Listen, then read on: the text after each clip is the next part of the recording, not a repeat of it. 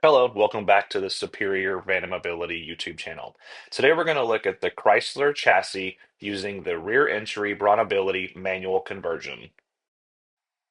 With the rear entry design, parking obstacles are no longer an issue, making it easier to access the vehicle and standard parking spots. Plus, it accommodates larger power wheelchairs with ease. And manual chairs with only a 10-degree ramp angle.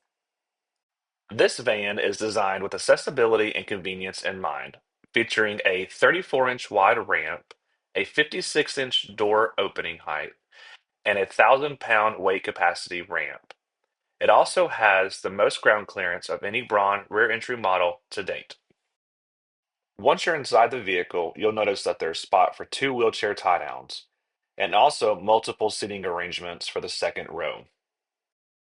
You will also notice that the conversion starts behind the driver and passenger front seat. This will give you the OEM center console with the cup holder and storage.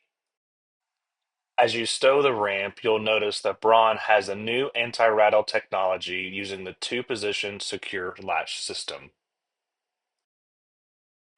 The second row seats simply flip and fold as demonstrated here.